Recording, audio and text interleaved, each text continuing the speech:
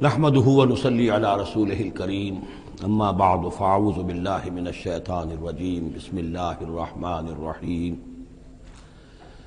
سبحان الذي يسرى بعبده ليلا من المسجد الحرام إلى المسجد الأقصى الذي باركنا حوله لنريه من آياتنا إنه هو السميع البصير وآتينا موسى الكتاب وجعلناه هدى لبني إسرائيل ألا تتخذوا من دوني وكيلا ذرية من حملنا مع نوح إنه كان عبدا شكورا صدق اللہ العظیم۔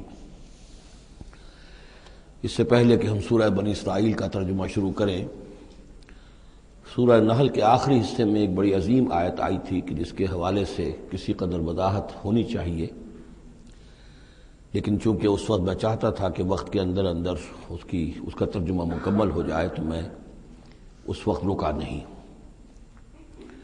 یہ آیت نمبر 125 ہے سورہ مبارکہ کی، ادعو الی سبیل ربک بالحکمۃ والموعظۃ الحسنۃ وجادلھم باللتی ہی احسن۔ اصل میں اس میں دعوت اسلامی اور دعوت دین کے 3 مختلف لیولز کا تذکرہ ہے۔ عام طور پر اس کو ایک ہی چیز سمجھ کر لوگوں نے ترجمہ بھی کیا ہے، وضاحت بھی کی ہے، لیکن دقت نظر سے جائزہ لیا جائے تو چونکہ انسانوں میں مختلف قسم کے انسان ہیں تو دعوت و تبلیغ کے بھی اسی اعتبار سے مختلف گوشے کہہ لیجئے، مختلف لیولز کہہ لیجئے۔ مثلا یہ کہ انسانوں میں ایک چھوٹی بڑی ہی مائنورٹی ہوتی ہے جن کو ہم انٹیلیجنسیا کہتے ہیں۔ یہ وہ لوگ ہیں کہ جو عقل سے کام لیتے ہیں، کسی بات کو قبول کرتے ہیں تو پہلے عقل سے سمجھتے ہیں تب قبول کرتے ہیں، جذبات سے نہیں۔ اور یہ کہ کسی شے کو رد کرتے ہیں تو دلیل سے کرتے ہیں، اگر قبول کرتے ہیں تو دلیل سے، رد کرتے ہیں تو دلیل سے۔ یہ انٹلیکچوئل مائنورٹی آپ اسے کہیں یا انٹیلیجنسیا کہیں، یا یہ کہ اس کے لیے برین ٹرسٹ بھی ایک لفظ ہے کہ ہر معاشرے کے اندر اس طرح کے لوگ ہوتے ہیں، اور یہ ہوتے بہت کم ہے تعداد میں، لیکن ڈیسائسو ہوتے ہیں۔ اس معاشرے کا جو بحیثیت مجموعی رخ ہے وہ یہ معین کرتے ہیں۔ عوام کی حیثیت جو ہے وہ ایسے ہے جیسے ایک انسان کے جسم میں ہاتھ پاؤں ہیں، اعضاء و جوارے ہیں، لیکن جو حیثیت ایک انسان کے جسم میں دماغ کی ہے وہ اس برین ٹرسٹ کی ہوتی ہے، انٹیلیجنسیا کی۔ یہ طبقہ جو ہے اس کو دعوت جو دی جائے تو ظاہر بات ہے کہ وہ واعظ سے نہیں، جذباتی نہیں، بالحکمہ، پختہ باتیں، عقلی دلائل، محکم باتیں، وہ حکمت جس کے بارے میں فرمایا گیا وَمَن یُؤْتَ الْحِکْمَةَ فَقَدْ أُوتِیَ خَیْرًا کَثِیرًا، سورہ بقرہ میں ہم پڑھا ہے۔ اور وہ حکمت کے جو 3 جگہ پر حضور صلی اللہ علیہ وسلم کی جو تعلیم و تربیت ہے اس کے مراحل میں سب سے اونچا مرحلہ بیان ہوا ہے، یتلو علیہم آیاتہ ویزکیہم ویعلمہم الکتاب والحکمہ۔ یہ حکمت جو ہے گہری باتیں، دانائی کی باتیں، عقل کی باتیں، مسلمہ اصول، ان کے حوالے سے یہ سمجھنا کہ کس شے کی اہمیت زیادہ ہے، کس شے کی اہمیت کم ہے، کیا چیز پرائمری امپورٹنس کی ہے، کیا سیکنڈری ہے، ان چیزوں کو جاننے والے لوگ جو ہیں، جو اصول پہچان لیتے ہیں، پھر اصولوں کو منطبق کرنا جانتے ہیں، تو ان کے لیے دعوت جو ہے وہ بھی بہرحال اسی سطح کی ہونی چاہیے کہ وہ دعوت جو ہے دلائل پر، براہین پر۔ جب قرآن کہتا ہے اپنے مخالفین سے ہاتھو برہانکم ان کنتم صادقین، لاؤ دلیل لاؤ، تو ظاہر بات ہے کہ پھر ان کے مخاطبین جو ہیں ان کو بھی حق پہنچتا ہے کہ وہ دلیل طلب کریں۔ اب اس کے لیے ظاہر بات ہے کہ وہی شخص یہ کام کر سکتا ہے جو خود اپنی ذہنی سطح کے اعتبار سے کافی بلند ہو چکا ہو، جس کا اپنا شعور بہت پختہ ہو چکا ہو۔ جب تک کہ وہ خود حکیم نہ ہو تو حکمت کے ساتھ دعوت کیسے دے گا؟ لیکن ایک ہے عام سطح لوگوں کی، عام لوگ جو ہیں جن کے دماغوں میں اس طرح کے کوئی فطور نہیں ہوتے، کوئی وہ عقل کی چھلنی لگی ہوئی نہیں ہوتی، ان کے جذبات جو ہے اچھے، اگر جذبات اچھی بات کہی جائے تو جذباتی طور پر بھی اپیل ہو جاتی ہے۔ یوں سمجھیے کہ دل جو ہے ان کے کھلے ہیں، کھلی کتاب کے مانند ہیں، آپ جو چاہیں لکھ دیجئے، جیسے کھلی صاف سلیٹ ہے اس پر آپ نے جو چاہا لکھ دیا۔ ایسے لوگوں کے لیے یہ ہے کہ موعظۃ الحسنہ، ایک بات جو ہے اچھی بات ہو، خلوص سے ساتھ کہی جائے، وہ شخص یہ محسوس کرے کہ جو بات یہ کہہ رہا ہے مجھ پر دھونس نہیں جمانا چاہتا، اپنے علم کا روب نہیں ڈالنا چاہتا، بلکہ یہ در حقیقت میری خیر خواہی کی وجہ سے مجھ سے نفرت نہیں کرتا، میری تحقیر نہیں کر رہا ہے، جو یہ مجھ سے کہہ رہا ہے وہ خلوص سے کہہ رہا ہے۔ از دل خیزت بر دل ریزت، دل سے بات نکلے گی اور دل پہ جا اترے گی. یہ ہے موعظہ حسنہ. عوام الناس کے لیے دعوت جو ہے وہ اس لیول کے اوپر ہوتی ہے. وہ زیادہ عقلی اور منطقی اور بحثیں اور ان کے سامنے فلسفے کی جو ہے وہ کتابیں کھول کر آدمی بیٹھ جائے تو یہ گویا کہ ان پر ظلم ہے، یہ ان کے لیے تکلیف مالا یطاق ہے. تو سب سے اوپر کا لیول ہے ادع الی سبیل ربک بالحکمہ، پھر ہے والموعظۃ الحسنہ عوام کے لیے. نمبر 3 وہ ہوتے ہیں کچھ لوگ معاشرے کے اندر کہ جو لوگوں کو گمراہ کرنے پر تلے ہوتے ہیں. مثلاً عیسائی مشنریز ہیں، انہیں تو خرچے ملتے ہیں، ان کے تنخواہیں ہیں، ان کے بجٹس ہیں، بڑی بڑی حکومتوں کی طرح کے بجٹ ان کے ہیں. ان کی ٹریننگ اس لیے ہو رہی ہے، انہیں خاص خاص ایشوز کے اوپر ٹرین کر کے بھیجا جاتا ہے مناظرہ کرنے کے لیے. قادیانیوں کا نظام ہے، بہائیوں کا نظام ہے. ان کے لیے یہ ہے کہ لوگوں کو ٹریننگ دے کر وہ مجادلے کے لیے، مناظرے کے لیے، بحث کے لیے، اس کے لیے ان کو تیار کیا گیا ہوتا ہے. یہ بات مان کر دینے والے نہیں ہوتے. آپ خلوص کے ساتھ ان سے بات کریں گے تو وہ در حقیقت وہ تو یوں سمجھیے کہ ادھار کھائے بیٹھے ہوتے ہیں اس پر کہ انہوں نے بات نہیں ماننی، بلکہ یہ کہ لوگوں کو گمراہ کرنا. ان کے ساتھ جدال کرنا پڑتا ہے، جو جھگڑنا بھی پڑتا ہے، بحث بھی کرنی پڑے گی. لیکن اس بحث میں بھی جو ہمارے ہاں مناظرے کا لفظ آیا ہے، قرآن مجید میں مناظرے کا لفظ نہیں آیا ہے، مجادلے کا لفظ آیا ہے. جادلہم، ہاں ان سے جھگڑو، انہیں جواب دینے پڑیں گے ایسے کہ جو انہیں خاموش کر دیں. اگر وہ خاموش نہیں ہوں گے تو عوام الناس کے اوپر ان کا اثر ہو جائے گا. لیکن اس مجادلے میں بھی تمہارا اپنا اخلاقی معیار برقرار رہنا چاہیے.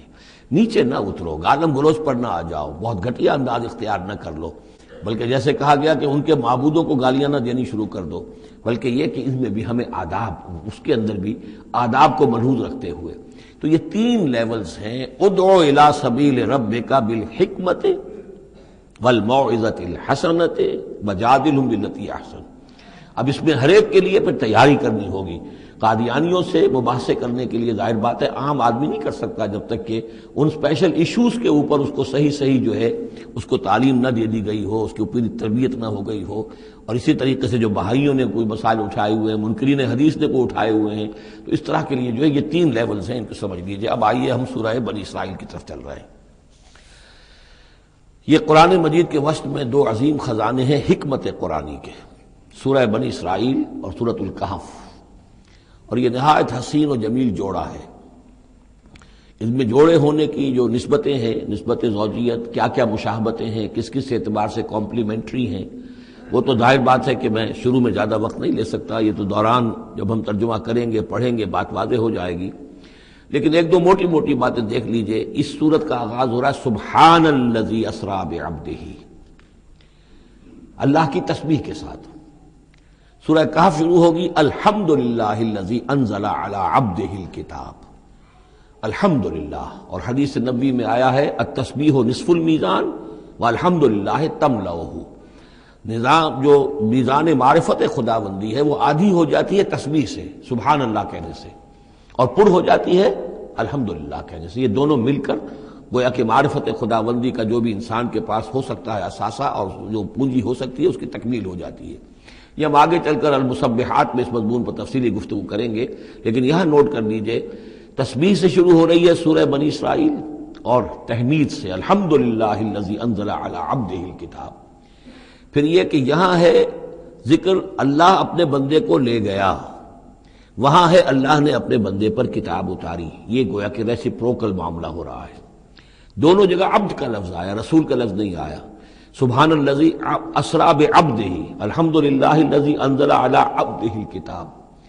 اس طرح آخر میں آپ دیکھیں گے 2 آیتیں اس سورہ مبارکہ کی جو ہیں قل سے شروع ہوں گی. قل ادعوا اللہ او ادعوا الرحمن ایما تدعوا فلہ الاسماء الحسنی. اسی طریقے سے آخری آیت بھی ہے. اور پھر اسی طریقے سے سورہ کہف کی بھی آخری 2 آیتیں قل سے شروع ہوں گی. یہ 4 قل ہیں. 4 قل تو سورتوں کے ہیں، قل یا ایھا الکافرون اور قل هو اللہ احد اور قل اعوذ برب الفلق اور قل اعوذ برب الناس. 4 قل بہت مشہور ہیں. لیکن یہ 4 قل جو ہیں، 2 آیتیں قل والی یہ جو سورہ بنی اسرائیل کے آخر میں آئیں گی، اور 2 آیتیں قل والی جو سورہ کہف، نہایت عظیم آیات ہیں.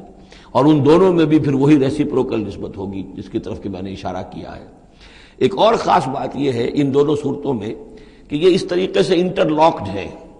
جیسے ریل گاڑی کے 2 ڈبے ہوتے ہیں، ان کو جوڑا ہوا ہوتا ہے بیچ میں، انٹرلاکڈ ہوتے ہیں. یہ جو ہے وہ ختم ہوگی سورہ مبارکہ کبر ہو تکبیرا قل الحمد للہ الذی لم یتخذ ولدا، کہو کہ قل حمد، کل تعریف اللہ کے لیے ہے جس نے کسی کو اپنا بیٹا نہیں بنایا۔ یہ آخری آیت ہے، اور اس حکم پر گویا کہ تعمیل کرتے ہوئے اگلی صورت نازل ہو رہی ہے، الحمد للہ الذی انزل علی عبدہ الکتاب ولم یجعل لہ عوجا۔ اس طریقے سے یہ دونوں جوڑے جو ہیں باہم انٹرلاک بھی ہیں۔ یہ سورہ بنی اسرائیل جو ہے، اس کا پہلا رکوع اس اعتبار سے بہت اہم ہے، بہت عظیم ہے کہ اس میں بنی اسرائیل کی تاریخ کے 4 ادوار کا تذکرہ ہے جو کہ حضور صلی اللہ علیہ وسلم کی بعثت تک گزر چکے تھے۔ 2000 برس کی تاریخ ان کی ہے، جس کو کہ 4 ادوار میں یہاں 4 آیتوں میں سمو کر بیان کر دیا گیا۔ اس کا ہمارے لیے فائدہ کیا ہے کہ ایک حدیث نبوی میں آیا ہے، لَيَأْتِيَنَّ عَلَىٰ أُمَّتِي مَا أَتَىٰ عَلَىٰ بَنِي إِسْرَائِيلَ حَزْوَ النَّعْلِ بِالنَّعْلِ، میری امت پر بھی وہ تمام حالات وارد ہو کر رہیں گے جو بنی اسرائیل پر وارد ہوئے، بالکل ایسے جیسے کہ ایک جوتی دوسری جوتی سے مشابہ ہوتی ہے۔ جوتیوں کا جوڑا زمین پر رکھا ہو تو آپ کو مختلف نظر آئیں گے، جوتیوں کے رخ جو ہیں وہ مختلف ہوں گے پنجوں کے حساب سے، لیکن اگر ان کے تلووں کو جوڑ دیں گے تو معلوم ہوگا کہ ان میں کوئی فرق نہیں ہے۔ تو اسی طریقے سے 4 ادوار امت مسلمہ، امت محمد صلی اللہ علیہ وسلم کی تاریخ کے گزر چکے ہیں۔ تو گویا کہ اپنے آپ کو سمجھنے کے لیے بھی یہ آئینہ جو ہے ان آیات میں جو تاریخ بنی اسرائیل کا آ رہا ہے وہ بہت مفید ہے۔ چنانچہ اس پر میں نے آج سے کوئی سن 74 کی بات ہے تو اب سمجھ لیجئے کہ اب 24 برس ہونے کو آ رہے ہیں یا 23 برس تو ہو ہی چکے ہیں۔ میں نے مضمون لکھا تھا، وہ پھر پہلے تو اب چھپتا ہے چھوٹی شکل میں، وہ کتابچہ ہے تنظیم اسلامی کا تاریخی پس منظر، اور اس کے بعد ایک بڑی کتاب بھی اب آ چکی ہے، سابقہ اور موجودہ مسلمان امتوں کا ماضی، حال اور مستقبل، اردو میں وہ کتاب بھی موجود ہے جو اس موضوع پر ہے۔ لیکن اس ضمن میں جو کچھ مجھ پر کھلا ہے وہ در حقیقت ان آیات کے حوالے سے اور اس حدیث کی کنجی سے، وہ حدیث جو ہے گویا کہ وہ ایک کنجی کی حیثیت رکھتی تھی جس سے کہ میں نے ان آیات میں جو خزانہ مضمر ہے علم کا اور معرفت کا اور معلومات کا، اس کو میں نے کھولا ہے اللہ کے فضل و کرم سے۔ اب جو ہے انگریزی میں بھی یہ کتابچہ جو ہے چھوٹا بھی موجود ہے، rise and fall of the Muslim ummah, اور دوسری طرف انگریزی میں اب دوسری کتاب کی بھی ترجمانی آ گئی ہے، لیسنز فرام ہسٹری، اور وہ سب کے سب جیسا کہ میں نے عرض کیا یہاں سے ماخوذ ہے۔ سبحان الذی اسریٰ بعبدہ لیلا من المسجد الحرام الی المسجد الاقصی، پاک ہے وہ ذات کہ جو لے گئی راتوں رات اپنے بندے کو صلی اللہ علیہ وسلم مسجد الحرام سے، یعنی مکہ مکرمہ خانہ کعبہ کے پاس سے، الی المسجد الاقصی، دور کی مسجد کی طرف، یعنی یروشلم، مسجد اقصی جو کہ قبلہ رہا ہے بنی اسرائیل کا، الذی بارکنا حولہ، جس کے ماحول کو ہم نے بابرکت بنایا ہے۔ یہ بابرکت اس اعتبار سے بھی ہے کہ بہت ہی یعنی دنیاوی اعتبار سے بھی بہت زرخیز علاقہ ہے، بہت اچھی آب و ہوا ہے، اور اس اعتبار سے بھی کہ یہاں سینکڑوں نبی آئے ہیں، حضرت ابراہیم کا مدفن بھی وہیں ہے، حضرت ابراہیم کا مسکن وہ رہا ہے، بہت سے انبیاء وہاں رہے ہیں، اور یہ جو مرکز رہا ہے یروشلم کا، ہیکل سلیمانی، یہ نہ معلوم کتنے نیک لوگ جو ہے یہاں رہے ہیں اور یہاں پر عبادتیں ہوتی رہی ہیں، تو وہ پورا ماحول جو ہے روحانی اعتبار سے بھی مادی اعتبار سے بھی بڑا بابرکت ہے۔ یہ اشارہ ہو رہا ہے معراج کے سفر کی طرف، جس کے 2 حصے ہیں، ایک حصہ زمینی اور ایک حصہ پھر آسمان کی طرف۔ زمینی حصہ یہ ہے کہ مسجد حرام سے اور مسجد اقصی یروشلم تک حضور کو لے جایا گیا، اور اس کے بعد پھر وہاں سے جو ہے اسینٹ، جو اوپر اٹھنا جو ہے آسمانوں کی طرف کا سفر جو ہے وہ شروع ہوا ہے۔ قرآن مجید میں یہاں صرف اس پہلے حصے کا ذکر کیا ہے، اور اس کا خاص سبب کیا ہے؟ اس کا سبب یہ ہے کہ اب گویا کہ اعلان ہو رہا ہے کہ محمد الرسول اللہ صلی اللہ علیہ وسلم کو اللہ تعالیٰ ان دونوں دین کے جو توحید کے عظیم مراکز تھے ان کا متولی بنا رہا ہے، محمد کو اور ان کی امت کو صلی اللہ علیہ وسلم وعلی اصحابہ الصلاۃ والسلام۔ اس حوالے سے آپ کو وہاں لے جایا گیا، وہاں تمام انبیاء کرام ان کی ارواح وہاں جمع ہوئیں، جو بھی ان کو اللہ تعالیٰ نے اس کو جسد دیے ہوں گے، مثالی جسد دیے جن حقیقتوں کو ہم نہیں جان سکتے، یہ تمام جو ہے پھر متشابہات میں آ جائے گا۔ وہاں حضور نے ان کی امامت کی، پھر وہاں سے آسمان کی طرف آپ کا سفر کا جو ہے وہ عروج کا، معراج کا سفر شروع ہوا ہے۔ اس کا ذکر قرآن مجید میں اس دوسرے حصے کا جو ہے وہ پھر سورۃ النجم میں آئے گا مختصر طور پر، یہاں صرف اس کے زمینی حصے کا ذکر ہے۔ سبحان الذی اسریٰ بعبدہ لیلا من المسجد الحرام الی المسجد الاقصی الذی بارکنا حولہ لنریہ من آیاتنا، تاکہ ہم دکھائیں اسے اپنے بندے کو محمد کو صلی اللہ علیہ وسلم اپنی آیات۔ انہ هو السمیع العلیم، یقیناً سمیع البصیر، یقیناً وہی اللہ ہے سب کچھ سننے والا، سب کچھ دیکھنے والا۔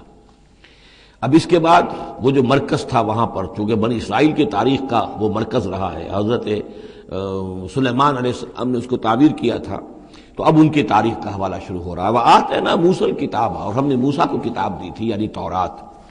وَجَعَلْنَاهُ هُدًى لِبَنِي اسرائیل، اور ہم نے اسے بنایا تھا ہدایت نامہ، رہنمائی بنی اسرائیل کے لیے۔ وہ ہدل للناس اس معنی میں نہیں تھی کہ تمام نوع انسانی کے لیے ہو، بلکہ وہ در حقیقت بنی اسرائیل کے لیے ہدایت نامہ۔ وَجَعَلْنَاهُ هُدًى لِبَنِي اسرائیل أَلَّا تَتَّخِذُوا مِن دُونِي وَكِيلًا، اور اس کی تعلیم کا لب لباب اور خلاصہ، توحید کا اصل جو جوہر ہے، مغز ہے، وہ کیا ہے؟ اللہ کے سوا کسی کو کارساز نہ سمجھو، مت پکڑو کسی اور کو میرے سوا کارساز، کسی پر تمہارا بھروسہ، کسی پر توکل نہ ہو میرے سوا۔ یہ توحید کا لب لباب ہے، خلاصہ ہے۔ ذریۃ من حملنا مع نوح، اے وہ لوگوں جو اولاد ہو ان کی جن کو ہم نے اٹھایا تھا نوح کے ساتھ، سوار کیا تھا کشتی میں نوح کے ساتھ۔ حضرت نوح علیہ السلام کے 3 بیٹے، سام، حام، یافس، اور ظاہر بات ہے سام ہی کی نسل ہے یہ کہ جس میں حضرت ابراہیم کی پیدائش ہوئی، اور انہی کی نسل ہے یہ بنی اسرائیل۔ تو گویا کہ یہاں ذکر ہو رہا ہے کہ وہ جو لوگ حضرت نوح علیہ السلام کے ساتھ بچا لیے گئے تھے ان کی کشتی میں، انہی میں سے ایک کی نسل تم ہو۔ ذریۃ من حملنا مع نوح انہ کان عبدا شکورا، یقیناً وہ ہمارا بہت ہی شکر گزار بندہ تھا حضرت نوح علیہ السلام کے بارے میں۔ وَقَضَيْنَا إِلَىٰ بَنِي إِسْرَائِيلَ فِي الْكِتَابِ لَتُفْسِدُنَّ فِي الْأَرْضِ مَرَّتَيْنِ، اور ہم نے یہ پہلے ہی متنبہ کر دیا تھا بنی اسرائیل کو کتاب میں کہ 2 مرتبہ تم زمین میں بڑا فساد بچاؤ گے۔ وَلَتَعْلُنَّ عُلُوًّا كَبِيرًا، اور بہت ہی تم سرکشی کرو گے، بہت بڑی سرکشی کرو گے۔ یعنی 2 ادوار تم پر ایسے آئیں گے، شرارتیں کرو گے، سرکشی کرو گے، دین سے دور ہو جاؤ گے، لہو و لعب میں مبتلا ہو جاؤ گے، عیاشیوں کے اندر، اور اس میں تمہارا جو ہے اللہ تعالیٰ کی طرف سے پھر تمہارے اوپر عذاب کے کوڑے برسیں گے۔ اب یہاں پہ بٹوین دی لائن یہ ہے کہ اس سے پہلے ان کا ایک دور آیا کہ جس کے اندر ان کو اللہ تعالیٰ نے ان پر رحمتیں فرمائیں۔ کیونکہ ہم کچھ چیزیں پڑھ چکے ہیں تاریخ بنی اسرائیل کے ضمن میں، وہ ذہن میں رکھیے۔ حضرت موسیٰ علیہ السلام لے کر نکلے بنی اسرائیل کو مصر سے، تو یہ 1400 قبل مسیح کی بات ہے۔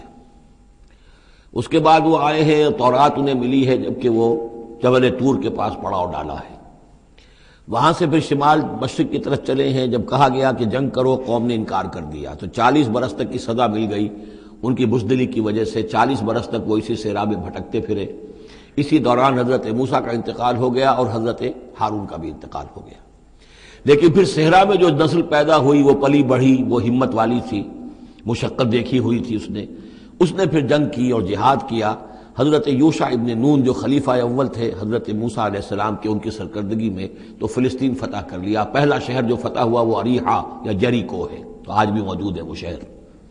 اس کے بعد انہوں نے کچھ عرصے کے اندر پورا فلسطین فتح کر لیا۔ لیکن غلطی یہ کی کہ اس میں ایک مرکزی حکومت نہیں بنائی، بہت سے 12 حکومتیں، 12 قبیلے تھے، جیسے 12 چشمے ان کو دیے گئے تھے، 12 حکومتیں بنا لی۔ پھر آپس میں لڑنے بھی لگے، طوائف الملوکی ہوئی۔ تو آس پاس کے جو مشرک اور کافر قومیں تھیں سیریا وغیرہ میں اور آس پاس اردن کے رہنے والی، انہوں نے پھر جو ہے ان کے اندر ریشہ دوانی شروع کی، اور ایک دور یہ آیا کہ اس میں ان کو بہت سے لوگوں کو اپنے گھروں سے نکال دیا گیا، اور وہ لوگ بڑی زوال سے دوچار ہو گئے۔ تب انہیں ہوش آیا، انہوں نے سیموئیل نبی جو ان کے تھے ان سے کہا کہ ہمارے لیے سپہ سالار مقرر کیجئے، ایک سپہ سالار ہو تاکہ اس کے پیچھے ہم سب کے سب 12 کے 12 قبیلے جمع ہو کر جنگ کریں، تو پھر یہ کہ اپنے دشمنوں پر فتح حاصل ہو۔ یہ وقفہ تقریباً 300 برس کا ہے، جس کے بعد وہ جنگ ہوئی ہے طالوت اور جالوت کی، اور حضرت طالوت نے جالوت کو قتل کیا۔ پھر حضرت داؤد منظر پر آ گئے، پھر طالوت، حضرت داؤد اور حضرت سلیمان، یہ 3 ان کی حکومتیں ہیں تقریباً 100 برس پر پھیلی ہوئی۔ 16 برس طالوت کے، 40 برس حضرت داؤد کے، 40 برس حضرت سلیمان کے۔ یہ گویا کہ ان کی خلافت راشدہ ہے۔ جیسے ہمارے یہاں حضرت ابوبکر کا دور مختصر ہے، پھر حضرت عمر، پھر حضرت عثمان رضی اللہ تعالی عنہم، یہ مل کر جو ہمارے ہاں بنتے ہیں 24 برس 3 خلافتوں کے، ان کے ہاں یہ 100 برس کا عرصہ ہے۔ لیکن حضرت عثمان کے بعد آپ کو معلوم ہے کہ تقسیم ہو گئی تھی مملکت، اس لیے کہ حضرت علی رضی اللہ تعالی عنہ کی خلافت کو حضرت امیر معاویہ نے تسلیم نہیں کیا تو شام اور مصر کے علاقے علیحدہ رہے۔ بالکل اسی طرح ہوا وہاں پر بھی کہ حضرت سلیمان کے بعد ان کے دو بیٹوں میں جو مملکت تقسیم ہو گئی، ایک شمالی مملکت تھی جس کا نام اسرائیل تھا اور سامریہ اس کا دارالخلافہ تھا، ایک جنوبی تھی یہودا اور وہ اس کا جو ہے یا یروشلم اس کا دارالخلافہ۔ تو اس طریقے سے دو ملک یہ بن گئے۔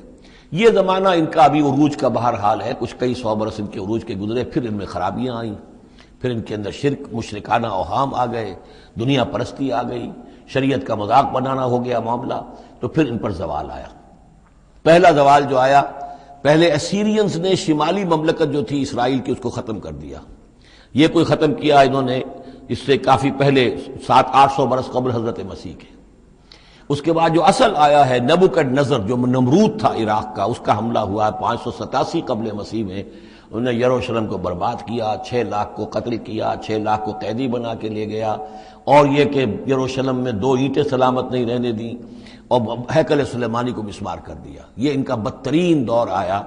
تقریباً 125 برس یہ کیپٹیوٹی میں رہے بیبیلونیا میں، 6 لاکھ کو ہانک کر لے گیا وہاں پر، بدترین دور۔ تو پہلا عروج اس کا جو کلائمیکس تھا وہ طالوت اور داؤد اور سلیمان کا دور حکومت، اور پہلا زوال جس کا یوں سمجھیے کہ سب سے نیچے کی پوزیشن یہ ہے جو کیپٹیوٹی کا دور ہے ان کا۔ اس کے بعد حضرت عزیر علیہ السلام ان میں آئے، اللہ نے بھیجا، انہوں نے دعوت اصلاح توبہ کی منادی کی، پھر یہ لوگ کچھ ٹھیک ہوئے۔ ادھر یہ کہ ایران نے حملہ کیا تھا عراق پر اور ان کو آزاد کر دیا تھا کہ جاؤ تم، کہ خورس نے، ذوالقرنین نے، کہ تم جاؤ اور جا کر اپنا شہر دوبارہ آباد کر لو، تو یہ پھر آ گئے، حضرت عزیر کے ساتھ ہو کر آئے ہیں۔ تو یہ تقریباً 458 قبل مسیح میں پھر یہ دوبارہ آئے ہیں۔ تو یہ سمجھیے کہ 125 برس تک یہ جو شہر ہے اجڑا پڑا رہا ہے۔ اسی دوران میں حضرت عزیر کو اللہ تعالیٰ نے 100 برس کے لیے سلائے بھی رکھا ہے، وہ موت ان پر طاری کر دی تھی جو سورہ بقرہ میں ہم پڑھ کر آئے ہیں۔ یہ سارے واقعات کو آپ یوں سمجھ لیجئے کہ یہ علیحدہ علیحدہ ٹکڑے جو ہم نے پڑھے ان کو جوڑ لیجئے۔ بہرحال پھر ان کے اندر یہ کہ ایک نیکی کی تحریک چلی، پھر ان کے اندر لوگوں نے توبہ کی، پھر اللہ نے انہیں دوبارہ ایک عروج عطا کیا، مکابی سلطنت قائم ہوئی، اور وہ جہاں تک دنیاوی حدود ہیں، زمینی حدود، وہ حضرت سلیمان کی مملکت سے بھی بڑی تھی۔ یہ ان کا دوسرا دور عروج ہے۔ لیکن پھر ان کے اندر زوال آیا، پھر خرابی آئی، پھر وہی دنیا پرستی، وہی عیاشیاں، وہی بدماشیاں، وہی مشرکانہ اوہام۔ اس کے نتیجے میں پھر ان پر جو کوڑے پڑے ہیں وہ پہلے تو پڑے ہیں یونانیوں کے ہاتھوں، سکندر مقدونی نے پہلے فتح کیا ان کو، پھر سلیوکس جو اس کا اس سے سالار تھا وہ ان پر حکمران رہا ہے۔ اس کے بعد یہ ہے کہ پھر رومنز آ گئے، رومنز نے ان کو فتح کر لیا، ان کی حکومتیں چلتی رہی۔ یہ دوسرا دور ہے۔ اس دور میں پھر یہ ہے کہ رومن ہی کے ہاتھوں سن 70 عیسوی میں دوبارہ یروشلم تباہ و برباد ہوا، 1,33,000 یہودی ایک دن میں قتل کیے، پھر دوبارہ وہ ٹیمپل یا ہیکل سلیمانی جو دوبارہ تعمیر کر لیا تھا حضرت عزیر کے بعد، پھر وہ مسمار کر دیا گیا، اور وہ آج تک مسمار پڑا ہوا ہے۔ اور گویا کہ حضور صلی اللہ علیہ وسلم کی بعثت کے وقت 500 برس ہو چکے تھے اس کو مسمار ہوئے ہوئے۔ سن 70 عیسوی میں وہ مسمار ہوا، اور 571 میں حضور کی پیدائش ہے، یعنی آپ کی پیدائش بھی پورے 500 برس بعد ہوئی ہے، جبکہ یہ رومیوں کے ہاتھوں ہیکل سلیمانی تباہ و برباد کر دیا گیا تھا۔ یروشلم میں پھر کوئی متنفس نہیں رہا، لیکن یہ کہ بعد میں جو ہے اس کے اندر ان کو یہاں سے نکال باہر کیا گیا، ان کا ڈائسپورا شروع ہو گیا۔ وہ ڈائسپورا اس صدی کے شروع میں ختم ہوا ہے، وہ پھر میں بعد میں بات کروں گا۔ یہ ساری داستان بڑی اہم ہے، اس لیے کہ یہ سابقہ امت مسلمہ ہے، یہ وہ امت مسلمہ ہے جس کے ہاں 1400 برس تک نبوت رہی، جس کے ہاں 3 کتابیں نازل ہوئی ہیں، جن کے بارے میں قرآن میں 2 جگہ ہے کہ یا بنی اسرائیل اذکروا نعمتی التی انعمت علیکم وانی فضلتکم علی العالمین، میں نے تمام جہان والوں پر تمہیں فضیلت دی ہے۔ تو اسی طریقے سے پھر ان کو معزول جب کرنے کے بعد ہم سامنے آئے ہیں تو حضور نے بتایا وہی کچھ تم پر بھی ہوگا اور وہی کچھ ہم پر بھی ہوا ہے۔ ہمارا بھی پہلا عروج عربوں کی زیر قیادت تھا، پھر زوال آیا، پہلے پٹائی ہوئی کروسیڈرز کے ہاتھوں، پھر جو پٹائی ہوئی ہے، بڑی پٹائی جو ہوئی ہے وہ ہوئی ہے پھر ہلاکو اور چنگیز کے ذریعے سے، فتنہ تاتار۔ اس کے بعد پھر جو ہے وہ قیادت بدل گئی، عربوں کی قیادت کے بجائے ترکوں کی قیادت آ گئی۔ وہ وہی لوگ جنہوں نے لاکھوں کروڑوں مسلمان قتل کیے پھر وہ ایمان لے آئے، اسلام لے آئے، انہی کے ذریعے کی مختلف حکومتیں بنی، ترکان تیموری اور ترکان صفوی اور ترکان سلجوقی اور ترکان عثمانی۔ لیکن اس کے بعد پھر ان پر بھی زوال آیا، وہ ہم نے دیکھ لیا اس صدی میں گریٹ اوٹومان امپائر جو ہے اس صدی کے شروع میں ختم ہو گئی، اور ہم پر بھی جو دوسرا جو دور آیا عذاب کا وہ یورپ کی قوموں کے ذریعے سے آیا، کہیں انگریز آ گئے، کہیں فرانسیسی آ گئے، کہیں اطالوی آ گئے، کہیں اسپینیئرز آ گئے، کہیں ڈچ آ گئے، تو جیسے کہ یہودیوں پر بھی دوسرا عذاب جو آیا تھا وہ گریکس اور رومنز کے ہاتھوں، اسی طریقے سے مسلمانوں پر بھی دوسرا زوال کا دور جو آیا ہے وہ یورپین کولونیل پاورز کے ہاتھوں آیا۔ ہم نے یہ طے کر دیا تھا، پہلے ہی سنا دیا تھا بنی اسرائیل کو کہ تم اپنی تاریخ میں 2 مرتبہ بہت فساد مچاؤ گے اور بہت سرکشی کرو گے۔ فَإِذَا جَاءَ وَعْدُ أُولَاهُمَا، جب ان دونوں میں سے پہلے وعدے کا وقت آ گیا، بَعَثْنَا عَلَيْكُمْ عِبَادًا لَنَا أُولِي بَأْسٍ شَدِيدٍ، ہم نے تم پر مسلط کر دیے اپنے ایسے بندے جو بڑی سخت جنگ کرنے والے، بڑے سخت جنگجو تھے۔ فَجَاسُوا خِلَالَ الدِّيَارِ، تو وہ تمہاری آبادیوں میں، ملکوں میں گھس گئے۔ وَكَانَ وَعْدًا مَفْعُولًا، اور وہ وعدہ جو اللہ کا تھا وہ پورا ہو کر رہا۔ یعنی جب تم شرارت کرو گے، جب تم دین سے برگشتہ ہو جاؤ گے، جب تم اللہ کی کتاب کو اور اللہ کے قانون کو جو ہے وہ مذاق اور ہنسی بنا لو گے، تو پھر تم پر ہمارے عذاب کے کوڑے پڑیں گے۔ یہ میں بتا چکا ہوں، پہلے یہ کوڑے آئے اسیرینز کے ہاتھوں جنہوں نے ختم کر دیا اسرائیلی مملکت کو، پھر یہ آئے نیبوکڈنیزر کے ہاتھوں، بیبیلونینز کے ہاتھوں، جس نے کہ یروشلم کو بھی برباد کیا، 6 لاکھ کو قتل کیا، 6 لاکھ کو ساتھ لے گیا اور ہیکل سلیمانی مسمار کر دیا۔ ثم رددنا لکم الکرۃ علیہم، پھر ہم نے تمہاری باری لوٹائی ان پر، پھر اللہ تعالیٰ نے ان کو پھر ایک مرتبہ پھر وہ دی سہارا دیا، چاہے وہ سہارا ایرانیوں کی وجہ سے ہوا کہ خورس یا سائرس ذوالقرنین، اس نے اب عراق پر حملہ کیا اور پھر یہاں پہ ان کو اجازت دے دی کہ تم چلے جاؤ اور جا کر اپنا شہر دوبارہ آباد کر لو، تو یہ واپس آئے۔ ثم رددنا لکم الکرۃ علیہم، پھر ہم نے تمہاری باری لوٹائی دی ان پر، وامددناکم، اور تمہاری مدد کی، بے اموال، اموال کے ذریعے سے بھی، وبنینا، اور اولاد بیٹوں کے ذریعے سے بھی، وجعلناکم اکثر نفیرا، اور پھر ہم نے تمہیں بنا دیا ایک کثیر تعداد والی قوم، تم پھلے پھولے پھر ایک بڑی پراسپرس قوم بن گئے۔ ان احسنتم احسنتم لانفسکم، تم نے اگر کوئی بھلائی کمائی تو اپنے نفس کے لیے بھلائی کمائی، اپنے لیے کمائی، اپنے فائدے کے لیے۔ وَإِنْ أَسَأْتُمْ فَلَهَا، اور اگر کوئی برا کام کیا تو وہ بھی اپنے لیے کیا، اس کا وبال تم پر دنیا میں بھی آیا اور آخرت میں بھی اس کا عذاب آئے گا۔ فَإِذَا جَاءَ وَعْدُ الْآخِرَةِ، جب وہ دوسری مرتبہ کی وہ سرکشی اور تمرد اور شیطنت تمہاری اور تمہارا جو ہے دین سے برگشتگی کا دور آیا، تو دوسرے وعدے کا وقت آیا، لِيَسُوءُ وُجُوهَكُمْ، یہاں وہ الفاظ محذوف سمجھیے، بَعَثْنَا عَلَيْكُمْ عِبَادًا لَنَا أُولِي بَأْسٍ شَدِيدٍ، وہ گویا کہ الفاظ یہاں ریپیٹ نہیں کیے گئے، دوبارہ پھر ہم نے تمہارے اوپر ایسے زوردار لوگوں کو مسلط کیا، لِيَسُوءُ وُجُوهَكُمْ، تاکہ وہ تمہارے چہروں کو بگاڑ دیں، تمہارے حلیے بگاڑ دیں۔ وَلِيَدْخُلُوا الْمَسْجِدَ كَمَا دَخَلُوهُ أَوَّلَ مَرَّةٍ، اور وہ داخل ہوں مسجد میں، یعنی مسجد اقصیٰ میں، ہیکل سلیمانی میں، جیسے کہ وہ داخل ہوئے تھے پہلی مرتبہ، جیسے بے حرمتی کی تھی بیبیلونینز نے بیت المقدس کی اور ہیکل سلیمانی کی، ایسی ہی بے حرمتی پھر کی ہے ٹائٹس رومی نے سن 70 عیسوی میں اس ہیکل کی بھی، اور ہیکل کو مسمار کر دیا۔ لِيَدْخُلُوا الْمَسْجِدَ كَمَا دَخَلُوهُ أَوَّلَ مَرَّةٍ وَلِيُتَبِّرُوا مَا عَلَوْا تَتْبِيرًا، اور یہ کہ تباہ و برباد کر دیں ہر اس شے کو جس کے اوپر بھی ان کو اختیار اور قبضہ حاصل ہو جائے۔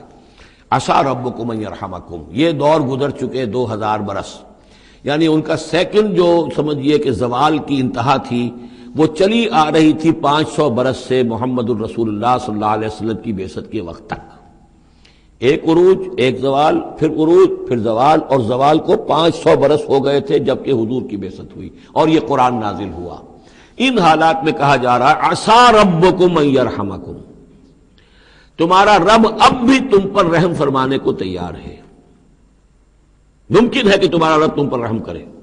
وَإِنْ عُدْتُمْ، اگر تم نے وہی روش اختیار کی، وہی کفر کیا، وہی حق کو ماننے سے انکار کیا اور اعراض کیا، عدنا، پھر ہم وہی کچھ کریں گے جو ہم نے پہلے کیا تھا۔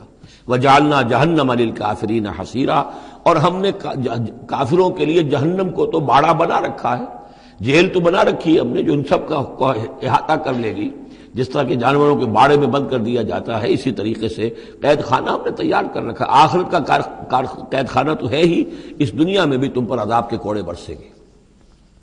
ان ھذا القرآن یہدی للتی ہی اقوم، دیکھو اب یہ قرآن جو ہم نازل کر رہے ہیں اپنے بندے محمد پر صلی اللہ علیہ وسلم، یہ گویا کہ اب شاہ درا ہے، اللہ کی رحمت میں داخل ہونا ہے تو اس سے داخل ہونا ہوگا، اس کو مانو تو تمہارے لیے اللہ کی رحمتوں کے دروازے پھر کھل جائیں گے۔ جو بھی اللہ نے وعدے کیے ہیں اپنے اس آخری نبی اور ان کی امت کے لیے، تم بھی اس میں شامل ہو جاؤ گے، انہی کی برکتوں سے تم بھی حصہ پاؤ گے۔ ان ھذا القرآن یہدی للتی ہے اقوم، یقیناً یہ قرآن ہے جو اب راستہ دکھا رہا ہے اور رہنمائی کر رہا ہے اس راہ کی طرف جو سب سے سیدھی ہے، اقوم۔ وَيُبَشِّرُ الْمُؤْمِنِينَ، اور بشارت دیتا اہل ایمان کو، الذین یعملون الصالحات، جو نیک عمل بھی کریں، ان لہم اجرا کبیرا، کہ ان کے لیے بہت بڑا اجر ہے، وان الذین لا یؤمنون بالآخرہ۔ اب دیکھیے جہاں بھی وہ بات آتی ہے عمل کی خرابی کی تو ایمان بالآخرہ کا تذکرہ، اور وہ لوگ کہ جو ایمان نہیں رکھتے آخرت پر، اعتدنا لہم عذابا علیما، ان کے لیے تو ہم نے فراہم کیا ہوا ہے دردناک عذاب۔ یہ پہلا رکوع 10 آیات کا بہت ہی اہم ہے تاریخی اعتبار سے، اور اس کو سمجھنا چاہیے۔ یہ خد و خال یہ ہماری ہی گویا کہ امت مسلمہ ایک ہم ہیں، الحمدللہ امت محمد میں شامل ہے، لیکن یہ بھی ایک امت مسلمہ تھی، یہ سابقہ امت مسلمہ ہے، اور ابھی یہ ختم نہیں ہوئی ہے، موجود ہے۔ اگر ڈپوزڈ ہے، معزول کر دی گئی ہے، وہ دوسری بات ہے، اور تقریباً 2000 برس سے یہ بڑے سختیوں کے اندر تھی، لیکن اب تقریباً 100 برس سے یہ ابھر کر آ گئی ہے، اور یوں سمجھیے کہ اب 2 پتنگیں اوپر چڑھ رہی ہیں۔ ایک سابقہ امت مسلمہ کی 1917 سے چڑھنی شروع ہوئی، بالفور ڈکلریشن، 1948 میں اسرائیل بن گیا، 1967 میں اسرائیل کی جو توسیع ہو گئی، 1991 میں آپ کو معلوم ہے کہ جو اس کا اربوں میں ایک ہی دشمن ہو سکتا تھا جس سے اسے خطرہ تھا، عراق، اس کا برکس نکال دیا گیا۔ اب وہ اس پورے علاقے کے اندر تو ایک اتنی بڑی طاقت ہے کہ کسی عرب ملک کے اندر یہ جرت نہیں ہے کہ وہ اسرائیل کا مقابلہ کر سکے۔ لیکن یہ کہ امت مسلمہ میں بھی رینائسنس شروع ہوا ہے، یہ بھی اپنے انتہائی زوال کو پہنچ چکی تھی اس صدی کے آغاز میں۔ پہلی جنگ عظیم کے بعد جب سلطنت عثمانیہ ختم ہوئی، خلافت ختم ہو گئی 1924 میں، تو اس کے بعد سے یہاں بھی ایک رینائسنس شروع ہو چکا ہے۔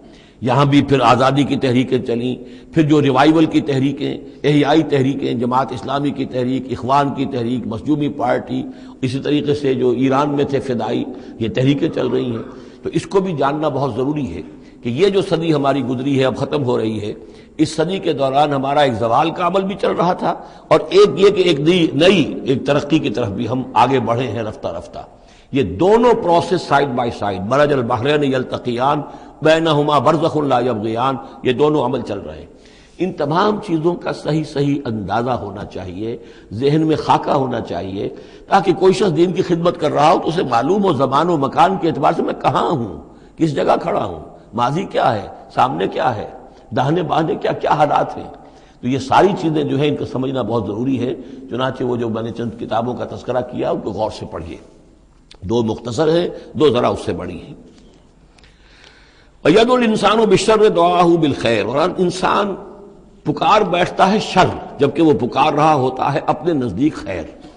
یعنی جب انسان دعا کرتا ہے اللہ یوں کر دے، اسے یہ معلوم نہیں کہ یہ اس کے لیے شر ہے، مانگ رہا ہے۔ جیسا کہ ہم پڑھ چکے سورہ بقرہ میں، عَسَىٰ أَن تَكْرَهُوا شَيْئًا وَهُوَ خَيْرٌ لَكُمْ، اے اللہ یہ چیز مجھ سے دور کر دے، جو چیز تم ناپسند کرتے ہو حقیقت میں اس میں تمہارا خیر ہے۔ وَعَسَىٰ أَن تُحِبُّوا شَيْئًا وَهُوَ شَرٌّ لَكُمْ، اور ہو سکتا ہے تم کسی شے کو پسند کرو اور اس میں تمہارے لیے شر ہے۔ اللہ یعلم وانتم لا تعلمون، اللہ جانتا ہے تم نہیں جانتے۔ اصل بات کیا کہ اللہ کے حوالے کیا جائے، تفویض الامر، اے اللہ تیرے حوالے، سپردم بے تو مایا خیشرا تو دانی حساب کم و بیشرا، تیرے علم میں جو چیز میرے لیے خیر ہے وہ فیصلہ فرما دے، چاہے مجھے اچھی لگے یا بری لگے، لیکن تیرے علم میں۔ اللہم انی استخیرک بعلمک واستقدرک بقدرتک واسألک من فضلک العظیم، میں تو تیری قدرت سے قدرت چاہتا ہوں، تیرے علم سے خیر چاہتا ہوں، مجھے کیا پتا کس شے میں خیر ہے کس میں شر ہے، تو جانتا ہے۔ لیکن انسان کیا ہے، وہ تو اپنی عقل کو آگے رکھتا ہے، اے اللہ یوں کر دے، ایسا ہو جانا چاہیے، حالانکہ اس کو نہیں معلوم کہ بے وقوف جو شے مانگ رہا ہے وہ اس کے لیے خیر نہیں ہے، شر ہے۔ وَيَدْعُو الْإِنسَانُ بِالشَّرِّ دُعَاءَهُ بِالْخَيْرِ، اور انسان مانگ بیٹھتا ہے اپنے لیے شر جبکہ وہ مانگ رہا ہوتا ہے اپنے تئیں، اپنے خیال میں، اپنے ذوق میں خیر۔ وَكَانَ الْإِنسَانُ عَجُولًا، اور انسان بہت جلد باز ہے، اس جلد بازی کی وجہ سے، شارٹ سائٹڈنس کی وجہ سے وہ شر کو خیر، خیر کو شر سمجھ بیٹھتا ہے۔ وَجَعَلْنَا اللَّيْلَ وَالنَّهَارَ آیَتَيْنِ، اور ہم نے رات اور دن کو 2 نشانیاں بنا دیا ہے۔ فَمَحَوْنَا آیَةَ اللَّيْلِ، تو تو ہم نے رات والی نشانی کو تو تاریک بنا دیا، اسے مٹا دیا، محو کر دیا. وجعلنا آیۃ النہار مبصرۃ، اور دن والی نشانی کو ہم نے سجھانے والی بنا دیا، روشن کر دیا. لتبتغوا فضلا من ربکم، تاکہ اس روشنی کے اندر تم اپنے رب کا فضل تلاش کرو، تمہاری جو معاشی جد و جہد ہے اس کے لیے بھاگ دوڑ کر سکو.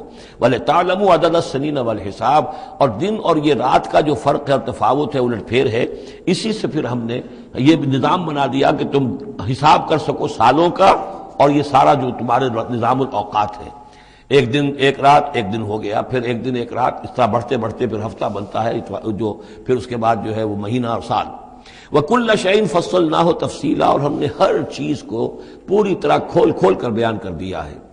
وَكُلَّ إِنسَانٍ أَلْزَمْنَاهُ طَائِرَهُ فِي عُنُقِهِ، اور ہر انسان کے ہم نے چپکا دیا ہے اس کی قسمت یا اس کی نحوست یا اس کی خوشبختی یا اس کی جو بھی ہے بدقسمتی، یہ سب چیزیں انسان کی اپنی گردن میں ہم نے کہیں چپکا دی ہیں. اب اللہ جانے کہ یہ کوئی واقعتاً اس کی کوئی مادی حقیقت بھی ہے، شاید ہے، یہ سب ہو سکتا ہے، کچھ ممکن نہیں کہ پھر ہمیں کہیں معلوم ہو کہ یہاں پر کوئی چیز ہے، اونوقی اس کی گردن میں کوئی شے ہے کہ جو ہم نے وہاں پہ لٹکا دی ہے. وَكُلَّ إِنسَانٍ أَلْزَمْنَاهُ طَائِرَهُ، اور طائر کا لفظ جو آتا ہے عام طور پر تو نحوست کے لیے آتا ہے، لیکن یہ کہ اس کے ساتھ یہ جو بھی قسمت ہے، کسی کا مقسوم ہے، جو بھی اس کو ملنا ہے، یہ ساری چیزیں جو ہیں انسان کی، وہ ہر انسان کے ساتھ گویا کہ اس کی وہ کتاب الکتاب میں سے اللہ تعالیٰ نے جو اس کا کھاتا ہے، اس کا ڈیبٹ کریڈٹ وہ یہاں پر لگا دیا ہے. وَنُخْرِجُ لَهُ يَوْمَ الْقِيَامَةِ كِتَابًا يَلْقَاهُ مَنشُورًا، اور ہم نکال لیں گے اس کے لیے قیامت کے دن اسے ایک کتاب کی شکل میں جسے وہ پڑھے گا، کھلی ہوئی کتاب. یعنی یہیں پر شاید وہ کوئی لگا ہوا ہے، کوئی ریکارڈر ہے کہ جس کے اندر وہ سارے ہمارے افعال و اعمال ریکارڈ ہو رہے ہیں، چاہے وہ کتنا ہی مائکروسکوپک ہو، اور اس کے بعد اس کو نکال کر جو ہے وہ رکھا جائے. یہ ایک چپ کے اندر، آپ کو معلوم ہے چپسی کا تو سارا کھیل اس وقت دنیا میں چل رہا ہے، اس میں آپ کی پوری زندگی کی فلم موجود ہے، آپ نے ایک ایک حرف جو زبان سے نکالا وہ موجود ہے، آپ کے ذہن میں جو جو خیالات آتے رہے وہ موجود ہے، آپ کے دل میں جو جو نیتیں پروان چڑھتی رہی وہ موجود ہے. وہ ایک چپ جو ہے کفایت کرے گا. وَكُلَّ إِنسَانٍ أَلْزَمْنَاهُ طَائِرَهُ فِي عُنُقِهِ وَنُخْرِجُ لَهُ يَوْمَ الْقِيَامَةِ كِتَابًا يَلْقَاهُ مَنشُورًا، اور کہہ دیا جائے گا اقرا کتابک، خود پڑھ لو اپنی کتاب، یہ اپنا اعمال نامہ خود پڑھ لو. کفا بنفسک اليوم علیک حسیبا، تم خود بھی آج کافی ہو کہ حساب کر لو، ڈیبٹ کریڈٹ کا حساب جوڑ لو، یہ سارا تمہارے سامنے تمہارا کچا چٹھا موجود ہے. من اہتدی فانما یہتدی لنفسہ، جو کوئی بھی ہدایت پر آتا ہے، ہدایت کو اختیار کرتا ہے تو وہ اپنے بھلے کے لیے، اپنے فائدے کے لیے. وَمَنْ ضَلَّ فَإِنَّمَا يَضِلُّ عَلَيْهَا، اور جو گمراہ ہوتا ہے تو ظاہر بات ہے وہ اپنے اوپر ہی اس کا وبال لے گا. گمراہ ہوتا ہے اپنے اوپر، اپنے خلاف، اپنے اوپر ہی وبال لے گا. وَلَا تَزِرُ وَازِرَةٌ وِزْرَ أُخْرَىٰ، اور دیکھو نہیں ہوگی کوئی جان اٹھانے والی کسی اور کے جان کے بوجھ کو، ہر ایک کو اپنا بوجھ خود اٹھانا ہے. جو بھی آپ کے اعمال کا انبار ہے وہ آپ کے کندھوں پر ہوگا، کوئی اور نہیں اٹھا سکے گا. وما كنا معذبين حتى نبعث رسولا ومن ضل ولا تزر وازرة وزر اخرى وما كنا معذبين حتى نبعث رسولا. یہ میں نے پہلے بھی حوالہ دیا تھا. آج یہ اللہ کی سنت رہی ہے کہ کسی قوم کے اوپر عذاب ہلاکت، عذاب استیصال، چھوٹے عذاب تو آتے رہتے تھے، لیکن یہ کہ بڑا عذاب جس سے کہ قوم کو نسیہ منسیہ کر دیا جائے، جیسے قوم نوح اور قوم ہود اور قوم صالح پر آئے وغیرہ، ان کے بارے میں اللہ کا قانون یہ ہے کہ جب تک رسول کو نہ بھیج دیا جائے، رسول حق کا حق ہونا واضح نہ کر دے، کوئی اشتباہ نہ رہے، حق مبرہن ہو جائے، اتمام حجت ہو جائے. رسلا مبشرین و منذرین لئلا یکون للناس علی اللہ حجت بعد الرسل، پھر اس کے بعد عذاب آتا تھا. وما كنا معذبین حتی نبعث رسولا، ہم عذاب دینے والے نہیں رہے ہیں جب تک کہ رسول نہ بھیج دیں. وَإِذَا أَرَدْنَا أَن نُهْلِكَ قَرْيَةً أَمَرْنَا مُتْرَفِيهَا، اور جب ہم فیصلہ کر لیتے تھے کہ کسی بستی کو یا کسی علاقے کے رہنے والوں کو ہلاک کرنا ہے تو پھر ہم کھلی چھوٹ دے دیتے تھے اس کے جو مرفہ الحال لوگ ہوتے تھے، دولت والے، پیسے والے، ان کی رسی دراز کرتے تھے. فَفَسَقُوا فِيهَا، وہ خوب ادھم مچاتے تھے، فسق و فجور، لہو و لعب، عیاشیاں، بدماشیاں، اس کا بازار گرم کر دیتے تھے. فَحَقَّ عَلَيْهَا الْقَوْلُ، یہاں تک کہ وہ گویا کہ بھٹی پوری طرح دہک جاتی تھی اور وہ بستی یا وہ علاقہ جو عذاب الہی کا پورے طور پر مستحق ہو جاتا تھا. وَحَقَّ عَلَيْهَا الْقَوْلُ فَدَمَّرْنَاهَا تَدْمِيرًا، تو پھر ہم اسے، اس بستی کو اکھاڑ کر پٹخ دیتے تھے، اللہ کی طرف سے عذاب آ جاتا تھا. یعنی یہ بتایا جا رہا ہے کہ عذاب آنے میں سب سے بڑا حصہ جو ہوتا ہے کسی قوم کے سرمایہ داروں کا ہوتا ہے، ان کی رنگ رلیاں، ان کے جو بھی جو بھی ان کے عیش اور ان کی عیاشیاں اور ان کی بدماشیاں جو ہیں، در حقیقت وہ عوام اگر روک نہیں رہے تو وہ بھی مجرم ہو گئے۔ ہاں جو روکنے والے ہیں، نہیں منکر کرنے والے، ان کو اللہ تعالیٰ بچا لیتا ہے، ورنہ یہ کہ جن لوگوں نے ان کو روکا نہیں، گویا کہ وہ انہی کے حکم میں ہیں۔ وَكَمْ أَهْلَكْنَا مِنَ الْقُرُونِ مِنْ بَعْدِ نوح، اور کتنی ہی نسلوں اور قوموں کو ہم نے ہلاک کیا ہے نوح کی قوم کے بعد۔ وَكَفَى بِرَبِّكَ بِذُنُوبِ عِبَادِهِ خَبِيرًا بَصِيرًا، اور آپ کا رب کافی ہے لوگوں کے گناہوں سے واقف ہونے کے اعتبار سے، وہ جانتا ہے۔ کفا بربک بذنوب عبادہ خبیرا بصیرا، خبیر اور بصیر ہونے کے اعتبار سے خوب جانتا ہے کس نے کیا کمایا ہے، کس نے کون کون سے گناہ جو ہیں اپنے نامہ اعمال میں درج کرائے ہیں۔ یہ جو اب آیتیں آ رہی ہیں یہ اس موضوع پر، اگرچہ یہ موضوع جو ہے قرآن مجید میں بار بار آتا ہے، لیکن یہ مقام اس موضوع کے لیے ذروہ سنام ہے قرآن کا، چوٹی یہ ہے اس موضوع پر۔ وہ موضوع کیا ہے؟ من کان یرید العاجلۃ عجلنا لہ فیہا ما نشاء لمن نرید، جو کوئی عاجلہ کا طلبگار بنتا ہے، اس دنیا ہی کا طالب ہے، یہیں کا عیش، یہیں کا آرام، یہیں کی دولت، یہیں کا نام، یہیں کی شہرت، یہیں کا اقتدار، بس یہیں کا چاہیے، یہی چاہیے۔ من کان یرید العاجلۃ، جو ارادہ کر رہا ہے اسی کا، عجلنا لہ فیہا، تو ہم جلد دے دیتے ہیں اسے اس میں سے، کچھ دولت دے دیں گے، کچھ اور شہرت دے دیں گے، کچھ دنوں کے لیے وزیر اعظم بنا دیں گے، کچھ اور کر دیں گے، ان کی محنت جو ہے اس کو کسی نہ کسی درجے میں کامیاب کر دیں گے، لیکن دو شرطوں کے ساتھ۔ ما نشاء لمن نرید، جتنا ہم چاہیں گے اور جس کے لیے چاہیں گے۔ یہ ضروری نہیں کہ ہر شخص جو دنیا کا طالب ہے دنیا اسے مل ہی جائے۔ بہت سے ایسے لوگ ہوتے ہیں وہ ساری عمر اپنے آپ کو ہلکان بھی کر دیتے ہیں، دنیا پھر بھی ہاتھ نہیں آتی، ایسا بھی ہوتا ہے۔ یہ اللہ کا فیصلہ ہوتا ہے، جتنا ہم چاہتے ہیں، جس کو چاہتے ہیں، دنیا میں اس کی محنت کا نتیجہ دے دیتے ہیں۔ من کان یرید العاجلۃ عجلنا لہ فیہا ما نشاء لمن نرید ثم جعلنا لہ جہنم، پھر چونکہ وہ طالب دنیا کا تھا اس میں سے ہم نے انہیں دے دیا جتنا چاہا، پھر اس کے لیے ہم جہنم مقرر کر دیتے ہیں، یصلاھا مذموما مدحورا، اس میں وہ داخل ہوگا مذمت زدہ ہو کر اور دھکے دیے جا کر۔ اب دوسری طرف ومن اراد الآخرۃ، اب یہ ہے اصل شے جس کو لٹمس ٹیسٹ میں کہتا ہوں۔ ہر شخص اپنے غریبان میں جا کے میں طالب آخرت ہوں یا طالب دنیا ہوں۔ دنیا کی بجائے یہ لفظ عاجلہ آیا ہے، دنیا بھی مؤنث ہے، ادنا قریب کی شے کو کہتے ہیں ادنا، اور اس کا مؤنث دنیا۔ عاجل جلدی والی شے، دنیا جو ہے یہ زندگی نقد ہے اور یہ فوری طور پر ہے، یہاں کی جو راحت ہے وہ بھی نقد ہے، یہاں کی تکلیف ہے وہ بھی نقد ہے، فوری طور پر محسوس ہو جاتی ہے۔ آخرت کی راحت بھی ابھی وہ بعد میں آنے والی شے ہے، اور وہاں کا عذاب بھی بعد میں آنے والا، اس لیے وہ آخرہ ہے۔ تو آخرہ کے مقابلے میں یا دنیا کا لفظ آئے گا یا عاجلہ کا لفظ آئے گا۔ من کان یرید العاجلۃ عجلنا لہ فیہا ما نشاء لمن نرید ثم جعلنا لہ جہنم یصلاھا مذموما مدحورا ومن اراد الآخرۃ وسعی لہا سعیہا وہو مومن، جو آخرت کا طالب ہو اور صرف کہنے میں نہ ہو، بات کرنے میں زبانی کلامی نہ ہو، بلکہ یہ کہ واقعتاً اس کے لیے ویسی محنت کرے جیسی کہ آخرت کے لیے کرنی چاہیے، یہ شرط عین ہے۔ وَسَعَى لَهَا سَعْيَهَا، اس دنیا کے لیے کتنی بھاگ دوڑ کرتے ہو، اس کے ساتھ ذرا مقابلہ کرو، آخرت اس کے مقابلے میں کتنی قیمتی ہے، کتنی بھاگ دوڑ اس کے لیے ہونی چاہیے۔ وَسَعَى لَهَا سَعْيَهَا وَهُوَ مُؤْمِنٌ، ایمان بھی رکھتا ہو اور اس کے لیے ویسی محنت کرے جیسی کہ اس کے لیے کی جانی چاہیے۔ فَأُولَٰئِكَ كَانَ سَعْيُهُمْ مَشْكُورًا، یہ وہ لوگ ہوں گے کہ جن کی سعی جو ہے اللہ تعالیٰ کے ہاں اس کی قدر کی جائے گی، قدر افزائی کی جائے گی۔ اللہم ربنا اجعلنا منہم، کافی کٹھن مقام ہے، آسان نہیں ہے، بڑی شرطیں ہیں جو اللہ نے لگائی ہیں۔ ومن اراد الآخرۃ وسعى لها سعیہا وہو مومن فاولئک کان سعیہم مشکورا اللہم ربنا اجعلنا منہم کلا نمد ہؤلاء وہؤلاء من عطاء ربک۔ باقی یہ کہ اس دنیا کی زندگی میں تو ہم مدد پہنچا رہے ہیں ان کو بھی اور ان کو بھی، اہل ایمان کو بھی، طالب آخرت کو بھی، طالب دنیا کو بھی دے رہے ہیں۔ جب ہم نے امتحان کے لیے یہاں رکھنا ہے تو راشن تو دینا ہی ہے، کھانے پینے کے لیے تو مجرموں کو بھی اور مومنوں کو بھی اور مسلموں کو بھی کچھ نہ کچھ دینا ہے، سبسسٹنس تو ہمارے ذمے ہے۔ یہ تیرے رب کی عطا میں سے ہے، وما کان عطاء ربک محظورا، اور آپ کے رب کی عطا جو ہے وہ روکی نہیں جا سکتی۔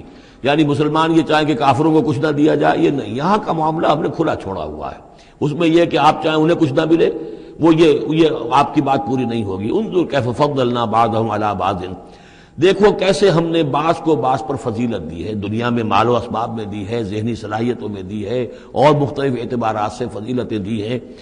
وَلَلْآخِرَةُ أَكْبَرُ دَرَجَاتٍ وَأَكْبَرُ تَفْضِيلًا، لیکن آخرہ جو ہے وہ درجے کے اعتبار سے اور فضیلت کے اعتبار سے بہت بڑی ہوگی۔ یہاں کتنا فرق پڑ جائے گا، کوئی محل میں رہ رہا ہے، کوئی کٹیا میں رہ رہا ہے۔ اچھا وہ 20 سال رہ لے گا محل میں، یہ 20 سال رہ لے گا کٹیا میں، کتنا فرق پڑ گیا۔ لیکن وہاں جو ہے ہمیشہ ہمیشہ کے لیے رہنا ہے، روح و ریحان و جنت نعیم، جنات و عدن میں، یا ہمیشہ کے ہمیشہ رہنا ہے جہنم کے اندر، وہ کتنا فرق ہوگا۔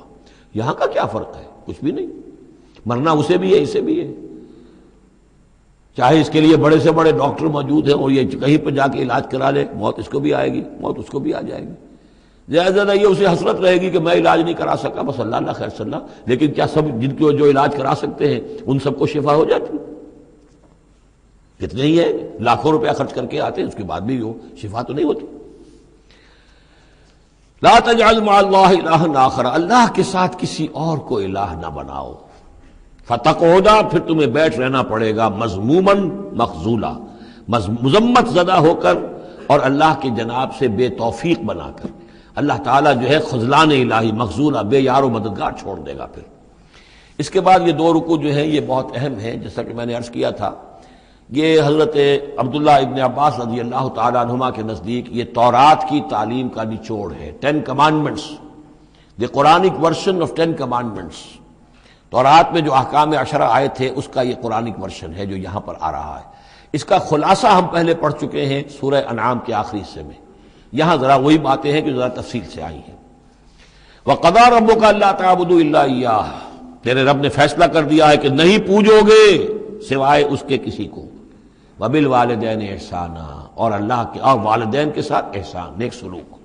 یہ چوتھا مقام آ گیا جہاں کہ اللہ، تیسرا مقام آیا ہے، چوتھا مقام سورہ لقمان میں آئے گا، اللہ کے حقوق کے فوراً بعد والدین کے حقوق۔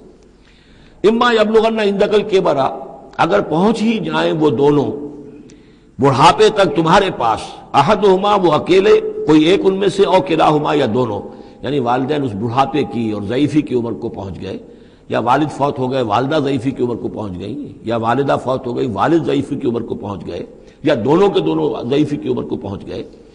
اما یبلغن عندک الکبر احدہما او کلاہما فلا تقل لہما اف، تو انہیں اف تک مت کہو، جھڑکنا نہیں، ولا تنہرہما، ان کو جھڑکو مت، وقل لہما قولا کریما، ان سے بات کرو نرمی کے ساتھ، ادب کے ساتھ۔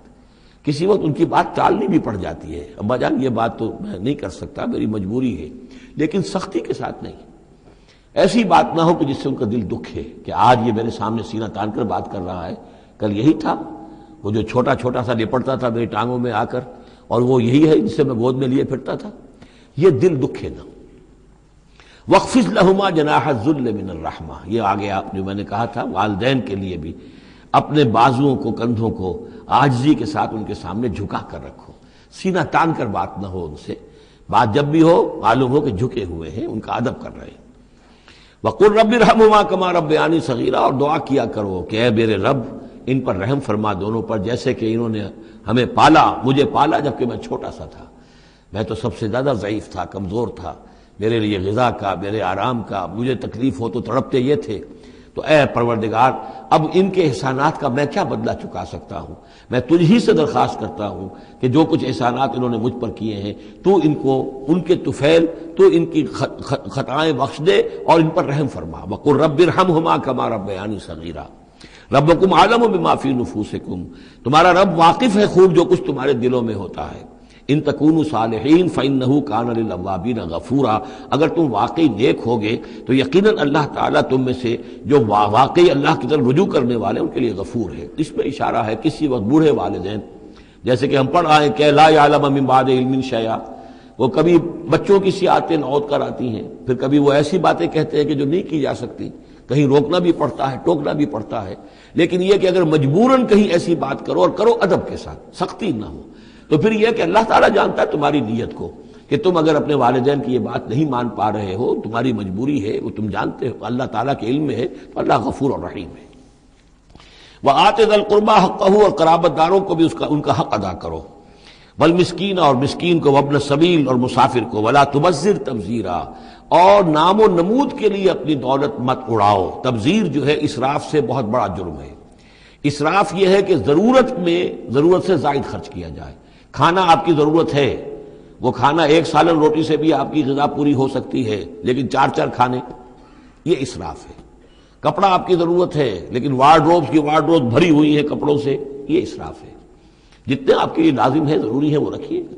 اور تبذیر یہ ہے کہ بلا ضرورت خرچ کرنا، صرف نام و نمود کے لیے، اپنی دولت کی نمائش کے لیے، شادیوں پر خرچ ہو رہا ہے اور کس قدر ہو رہا ہے، دھوم دھڑکتا ہے، کوئی اس کی ضرورت نہیں ہے، یہ ہے تبذیر۔ ولا تبذر تبذیرا، اپنی دولت کو نام و نمود کے لیے مت اڑاؤ۔ ان المبذرین کانوا اخوان الشیاطین، یقیناً یہ مبذرین جو ہیں، یہ فضول خرچی کرنے والے، بیکار دولت اڑانے والے اپنی دولت کی نمائش کے لیے، یہ شیطانوں کے بھائی ہیں۔ یہ کیوں ہے؟ یہ بات جب میری سمجھ میں آئی تھی تو بہت قرآن مجید کے ایک اعجاز کا ایک پہلو مجھ پر منکشف ہوا تھا کہ وہ جو آیت ہم پڑھ چکے سورہ مائدہ میں، شیطان کیا چاہتا ہے؟ انما یرید الشیطان ان یوقع بینکم العداوۃ والبغضاء فی الخمر والمیسر، شیطان یہ چاہتا ہے کہ تمہارے مابین دشمنی پیدا کرے، بغض پیدا کر دے شراب اور جوئے کے ذریعے سے۔ وہی بغض اور دشمنی جو ہے وہ اس سے پیدا ہوتی ہے کہ کسی سیٹھ صاحب کی بیٹی کی شادی ہے اور اس پر جو کچھ ہو رہا ہے، وہ جو پوری کوٹھی جو ہے وہ بنی ہوئی ہے، بقائے نور بنی ہوئی ہے اور دھوپ دھڑ رہا ہے۔ اچھا، اسی سیٹھ صاحب کا کوئی شوفر بھی ہوگا، کوئی پہرے دار ہوگا، کوئی مالی ہوگا، کوئی اس کا خانسامہ ہوگا، اس کی بچی شاید بوڑھی ہو رہی ہو، اس کے ہاتھ پیلے نہیں ہو رہے ہیں، کیا ہوگا اس کے دل میں؟ کیا چھریاں نہیں چل رہی ہوں گی اس کے دل میں؟ کیا پھر محبت پیدا ہوگی یا نفرت پیدا ہوگی؟ پھر تو ایسا ہوگا کہ جب اس کا داؤ چلے گا، یہ پیٹ پھاڑے گا اپنے اس سیٹھ کا اور لے کر جائے گا۔ یہ ہے وہ دشمنی ڈالنے والی بات، تبذیر جو ہے، جس سے کہ دشمنی پیدا ہوتی، طبقاتی شعور پیدا ہوتا ہے، ہیوز اور ہیو ناٹس کے درمیان ایک جو خلیج ہے وہ زیادہ سے زیادہ جو ہے گہری اور چوڑی ہوتی چلی جاتی ہے۔ وَكَانَ الشَّيْطَانُ لِرَبِّهِ كَفُورًا، اور یقیناً شیطان اپنے رب کا بہت ہی ناشکرا تھا۔ وَإِمَّا تُعْرِضَنَّ عَنْهُمْ ابْتِغَاءَ رَحْمَةٍ مِّن رَّبِّكَ تَرْجُوهَا، اور اگر تمہیں اعراض کرنا ہی پڑ جائے ان سے، یعنی قرابت دار ہے، کوئی اور آپ سے کوئی سائل آ گیا ہے، کوئی اور ہے جو آپ سے کوئی مدد چاہ رہا ہے، اگر آپ کو اعراض کرنا ہی پڑ جائے، کیوں؟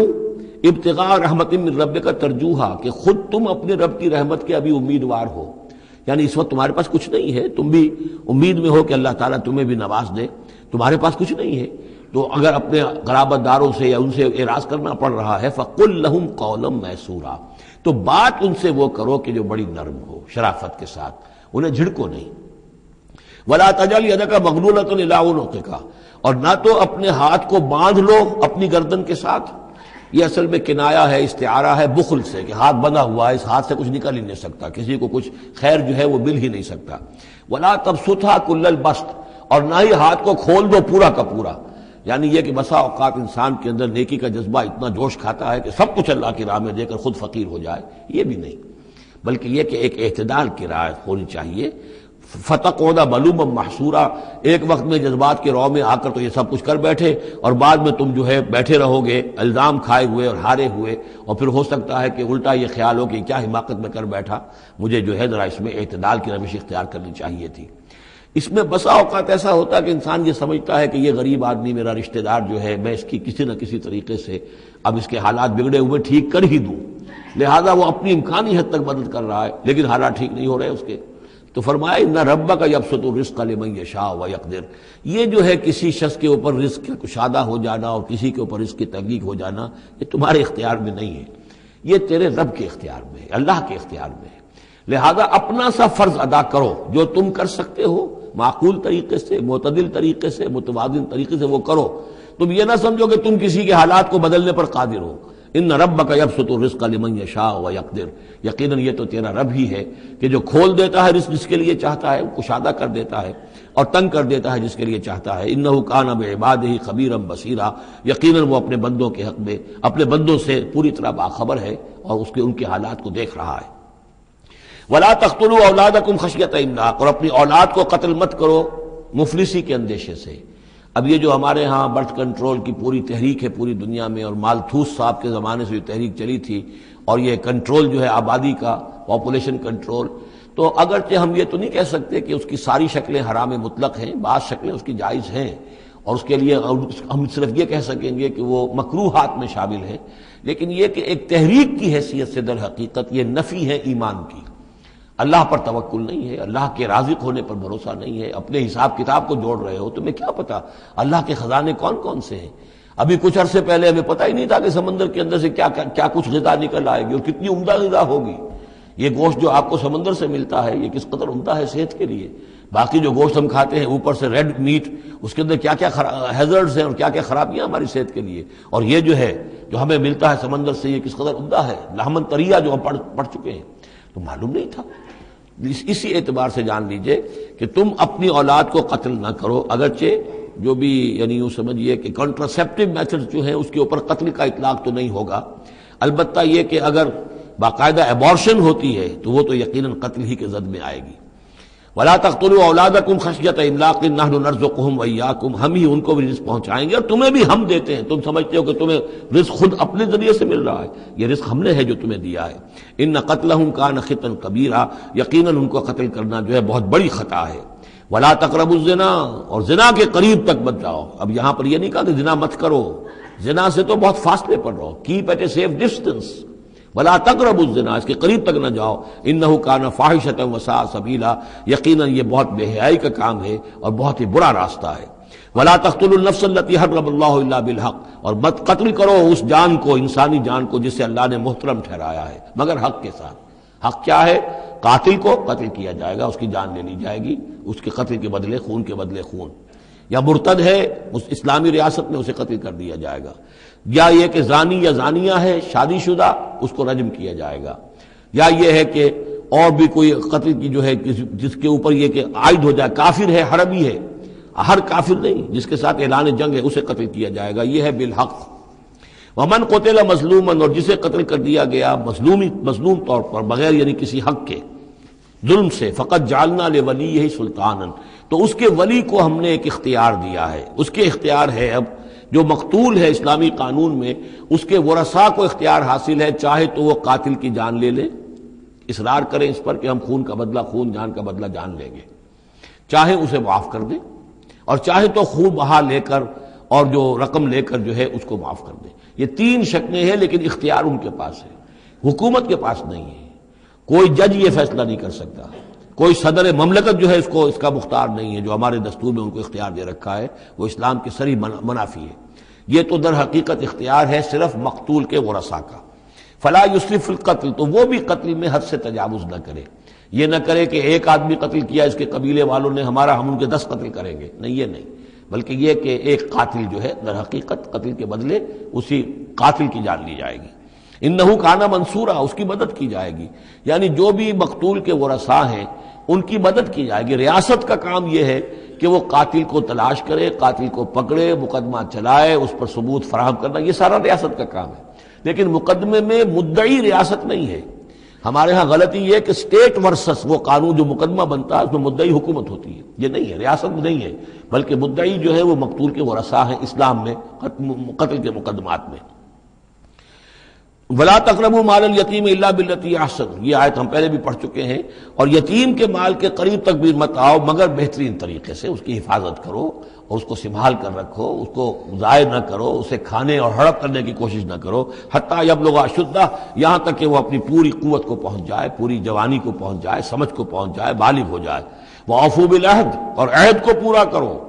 ان العہد کان مسئولا، یقیناً عہد جو ہے معاہدہ جب بھی ہو جائے اس کے بارے میں مسئولیت ہے اللہ کے ہاں، جواب دہی کرنی پڑے گی، باس پرس ہوگی. وَأَوْفُوا الْكَيْلَ إِذَا كِلْتُمْ، اور جب بھی تم ناپو تو پورا ماپو، پیمانہ پورا بھرو. وزنوا بالقسطاس المستقیم، جب تولو تو پوری سیدھی ترازو کے ساتھ تولو. ذالک خیر واحسن تاویلا، یقیناً یہی بہتر ہے اور انجام کے اعتبار سے بھی دیانتداری کے ساتھ پورا ناپ کر پورا تول کر اگر تم دے رہے ہو معاملہ، تو پھر جو بقیت اللہ ہے، پھر جو بھی اللہ کی طرف سے تمہیں نفع ہو جائے گا اس میں بہت برکت ہوگی، اس میں بہت خیر ہوگا. احسن تاویلا ولا تخف ما ليس لك به علم ان السمع والبصر والفؤاد كل اولئك كان عنه مسؤولا. اس آیہ مبارکہ کے بارے میں انشاءاللہ کچھ تفصیل سے مجھے گفتگو کرنی ہے، وہ ہم کل کریں گے. بارک اللہ لی ولکم فی القرآن العظیم ونفعنی وإیاکم بالآیات والذکر الحکیم.